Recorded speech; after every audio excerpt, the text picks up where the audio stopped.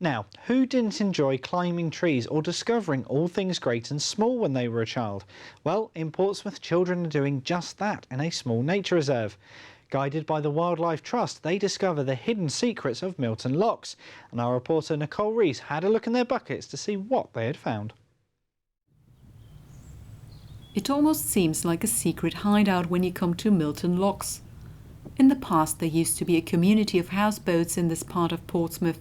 These days, however, wilderness has taken over, and the now nature reserve gives local children the opportunity to explore the area. It's a really tiny little site, it's only 2 acres, but it's absolutely perfect because it's very child friendly. There's only so much space that they can roam in, but there's a real mixture of habitats for them to be able to explore. So you have the woodland behind us, and then you have the grassland, and then you also have the coastline as well. So there's a whole variety of habitats that they can really explore and get to know in a very small space.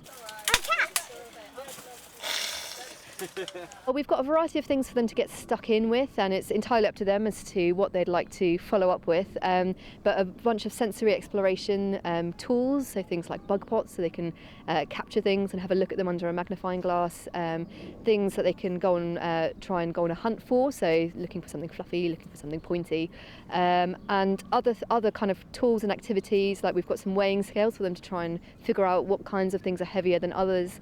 So there's a variety of different kinds of activities that they can choose to get involved in. We know now more than ever children are very separated from the outdoors, and actually it's to their detriment to their well-being and their health really, and it's a real shame because there's these beautiful wild spaces right on our doorsteps. Although small in size, Milton Locks homes a variety of wildlife, and families get the chance to enjoy a little bit of nature. It's a bit of a haven for birds because there aren't many places for them to nest in and around Portsmouth.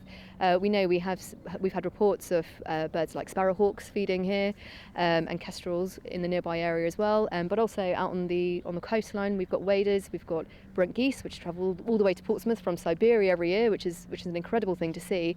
We're just leaving our shores now, and lots of other waders like oyster catchers and curlew. Even this morning we saw them out on the shoreline. We have very few wilderness areas in Portsmouth. Obviously it's a city, it's a very densely populated city. So down here they've cleared all this area, they've got rid of a lot of rubbish, and it's now for families and people to enjoy. A keen eye might also find creatures others than birds. What's the best part so far? Finding 2 crabs. How did they look like? They were like a little greeny and yellowy. I don't know what they're called, but I tried to look it up, but I couldn't find it. The crabs Abigail discovered were green shore crabs. And apart from enjoying the seaside, she was also taken by the woodlands. I was in the woods playing in my hideout, and I was going to make boats, but I decided I would be in the trees today. Nicole Ris, for That's Solent.